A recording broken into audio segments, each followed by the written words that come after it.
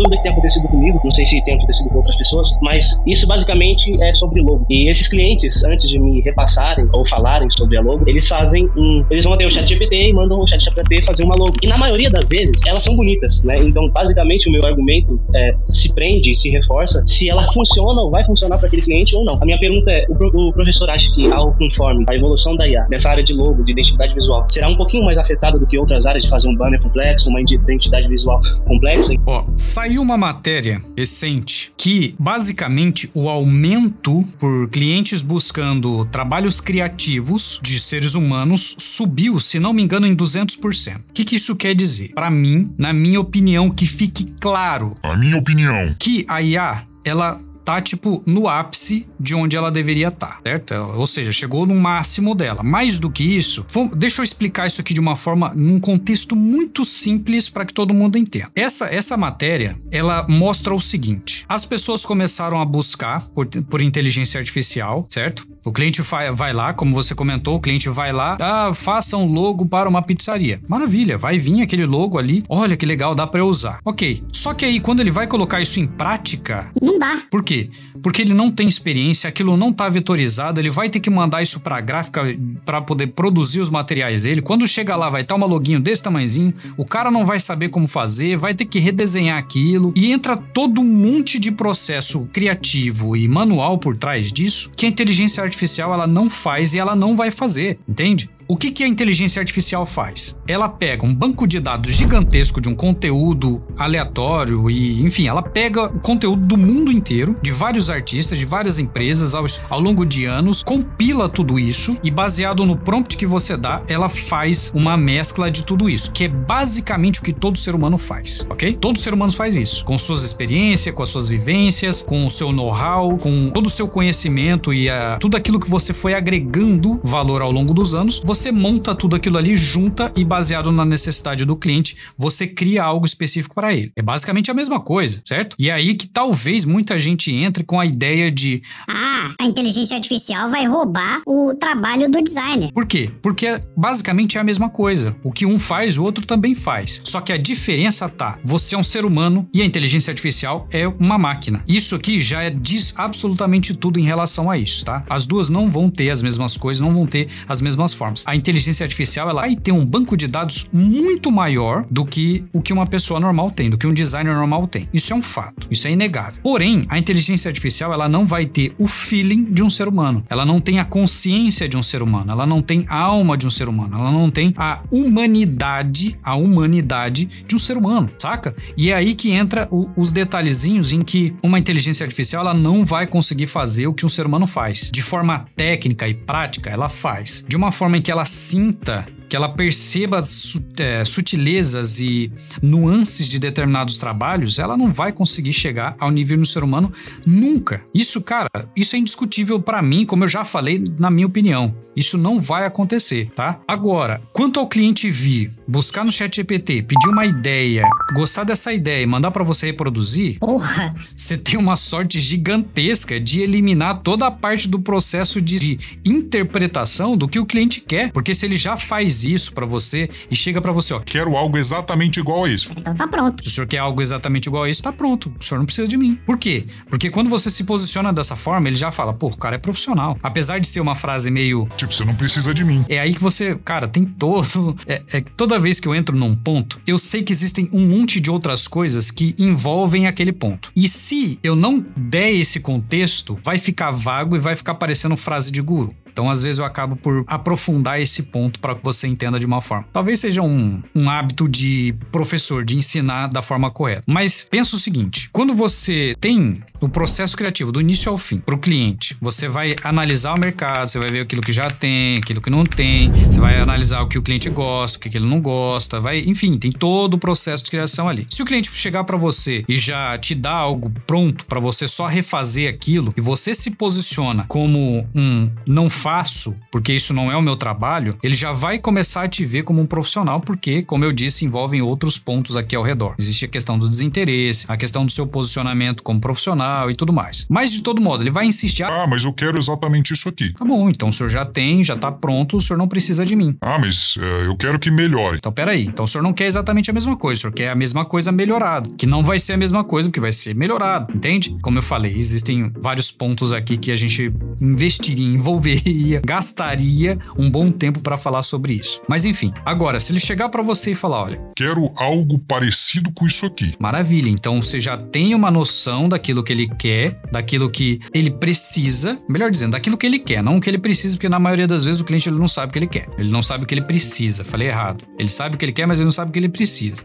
Então, tem esse material, ele já te trouxe esse material pronto, senta com ele e conversa, fala, olha, esse aqui é um trabalho de uma inteligência artificial, então o senhor já tem que saber que pode acontecer desse material ser muito parecido ou talvez até mesmo uma réplica de outras logos que já existem no mercado, certo? Aproveitando, eu tenho que mostrar isso aqui. Putz, vocês vão ter a mesma reação que eu quando vocês verem isso aqui, velho. Você reconhece alguma coisa aqui? Fala pra mim se você reconhece alguma coisa aqui. Talvez não, talvez você não vai reconhecer, mas talvez vai. Se eu colocar do lado, olha isso aqui. E se eu não me engano, eu posso estar falando bobagem, tá? Se eu não me engano, essa alteração aqui, ela foi feita posteriormente, tá? Eu não me recordo, mas que eu me lembro, era exatamente isso aqui. O que pode acontecer nesse tipo de situação? Inteligência artificial vai lá e simplesmente cria algo, pega algo que já tá pronto e entrega algo baseado naquilo que você falou. Diz alguma coisa pra vocês isso aqui? Deixa eu voltar aqui na nossa tela. Isso aqui é só um exemplo. Eu tenho um exemplo real de um cliente meu. Eu perguntei pra ele. Falei, cara, onde que você mandou fazer esse logo? Ah, eu pedi pra um amigo da gráfica fazer. Pesquisando sobre isso, eu achei exatamente a mesma logo de, se eu não me engano, era da Rússia ou alguma coisa assim. Tipo, eram 3 letras. As 2 letras normais, assim, com serifa. E a do meio era uma letra um pouco maior. Cara, era exatamente a mesma coisa. Eram exatamente as mesmas letras. Isso, claro, foi feito por um ser humano, né? Ele claramente pegou aquilo, copiou, jogou, falou, tá pronto o seu logo. Foi isso que ele fez. Então, se você aceitar que o seu cliente vai querer copiar tudo que vier de uma inteligência artificial, você... Cara, no futuro, você vai ser o culpado disso. Por quê? Você não instruiu o cliente que aquilo poderia ser uma cópia, você não fez uma análise de mercado para poder encontrar aquele logo para saber se aquilo realmente era original ou não, o que na maioria das vezes, quando se trata de inteligência artificial, não é original. Enfim, tem mais um monte de coisa aqui por trás disso. Resumindo, cliente quer um logo, quer que você faça um logo baseado num logo de inteligência artificial, toma muito cuidado ao replicar esse conteúdo, tá? Porque quando você replica esse conteúdo, você automaticamente está sujeito a estar copiando alguma coisa que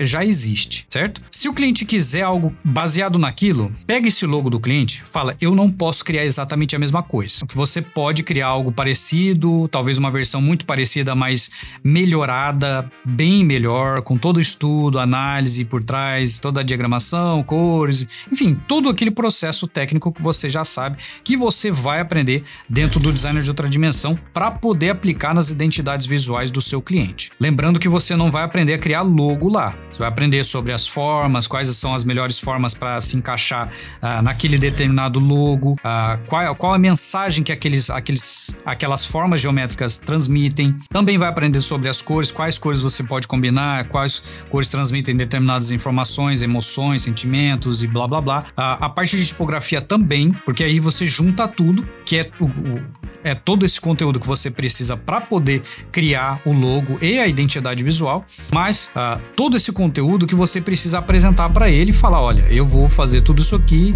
baseado com o conhecimento que eu tenho, em todas as técnicas, blá blá blá, e vai falando, vai convencendo ele baseado nisso que a gente está conversando aqui. Por quê? Porque dessa forma você evita do cliente de simplesmente tomar um processo de, sei lá, um cara aleatório do outro lado do mundo porque ele tá usando o logo ou que seja o nome que já existe em outro lugar do mundo, do planeta, de uma determinada empresa que, mesmo que não seja igual, pode acontecer. Vou lembrar de novo daquele caso do cabeleireiro lá numa cidadezinha, sei lá, de Minas, Mato Grosso, não lembro, que o cara tava usando pro salão de beleza, pro salão de cabeleireiro dele, o nome Ferrari. E se eu não me engano, era o mesmo logo com um F comprido assim lá na frente, e simplesmente o cara recebe uma carta da Ferrari falando: se você não mudar, a gente vai te processar em $50 mil ou alguma coisa assim. Enfim, é só um exemplo para que você entenda que não dá para você confiar em tudo que vem da inteligência artificial, muito menos de um cliente, porque o cliente ele não sabe criar um prompt. Você vai lá ver o prompt dele, vai ser: crie um logo para uma pizzaria. Não tem nenhuma informação sobre público, sobre forma, sobre tipografia, sobre diagramação, sobre tamanho, sobre proporção áurea, sobre o público-alvo, sobre o objetivo da marca, sobre onde vai ser aplicada essa logo, qual é a proporção. Às vezes o cara quer simplesmente criar o logo para transformar aquilo numa rede de franquia. E aí você vai pegar um logo de inteligência artificial para pôr numa franquia? Não, cara. Entende? E aí que entra todo esse ponto, toda essa questão do prompt, ok? Enfim, isso é só uma forma abrangente, talvez mais detalhada, baseado naquilo que você me perguntou. Então, só para que você tenha uma ideia geral do negócio. Como eu falei, facilita, tá? Isso facilita porque algumas etapas você simplesmente reduz. Não vou falar que elimina, porque eu não te aconselho a eliminar nenhuma das etapas do processo criativo, tá? Nenhuma. Independente de qual seja. Essa daí vai facilitar. Para que você tenha uma ideia, no meu processo criativo de criação de identidade visual para os meus clientes, eu tenho uma das fases, uma das etapas é simplesmente pegar um compilado de logos e mandar para esse cliente olhar e ver aquelas que mais se identifica com aquelas que ele mais gosta. Normalmente, nem sempre, às vezes, eu coloco uma etapa anterior que é: me manda os logos que você mais gosta, independente se tem a ver ou não com o seu negócio. Manda as logos que você mais gosta. Às vezes o cara vem com logo da Nike, logo da Coca-Cola, tipo logo que não tem absolutamente nada a ver, que no final das contas ele fala: eu só mandei porque porque são marcas famosas. Porra, mano. Por isso que eu falei que às vezes eu coloco essa etapa e nem sempre eu coloco, porque às vezes vem esse tipo de situação. Depende muito do cliente, depende muito do tipo de conversa que eu tenho com ele. Então, essa etapa, ela é importante porque você vai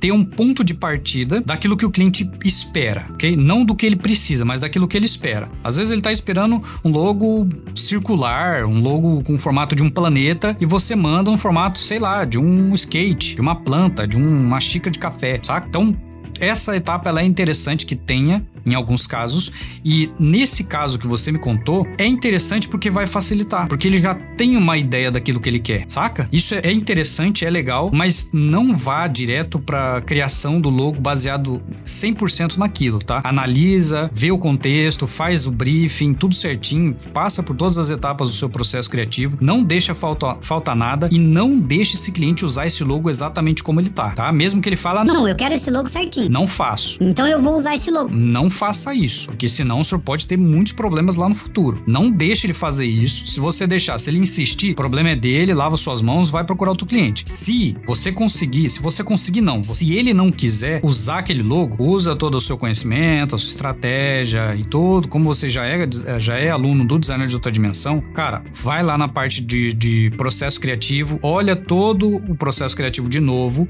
se for necessário, adapta o seu, mas segue o seu processo criativo. Então, é isso que eu te aconselho a fazer.